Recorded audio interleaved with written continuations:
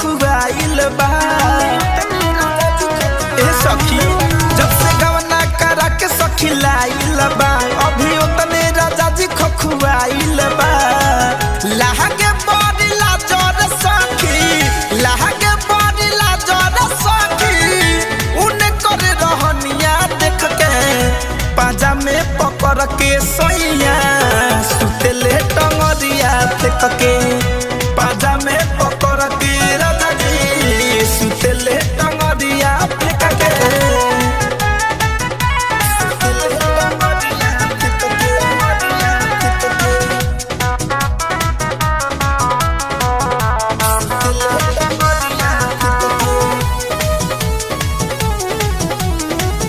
गोहरावा फंसा के दूनु सरिया उठावे, अपने ऊपर से नीचे हम के सुतावे रे सखी।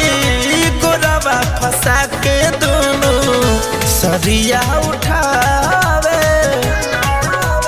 हाँ देहिया सुघरावे सखी उठावा के चूमे। बलम के दिमाग खाली ओही में घूमे घूमे, एहिया सुघरावे सखी उठावा के चूमे। कहरे कवन कामर सखी, कहरे कवन कामर सखी, ढोरिया पयखिया से कके पाजा में पकड़ के सोइया सुतेले टंगरिया देख के। पाजा में पकड़ के राजा जी सुतेले टंगरिया देख के। सुतेले टंगरिया देख के, टंगरिया देख के, टंगरिया देख के। सुतेले टंगरिया देख के।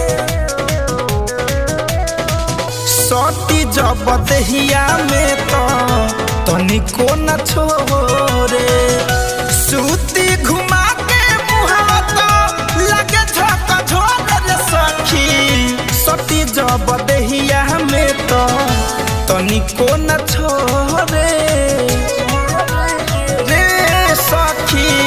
चुभ चुभ गरावे दूनु गलिया में दाढ़ी, रही टोयर बीत अकेला संतोष तिवारी रे सखी। चुभ चुभ गरावे दूनु गलिया में दाढ़ी, धरे कंधन जय देवरा, धरे कंधन जय देवरा।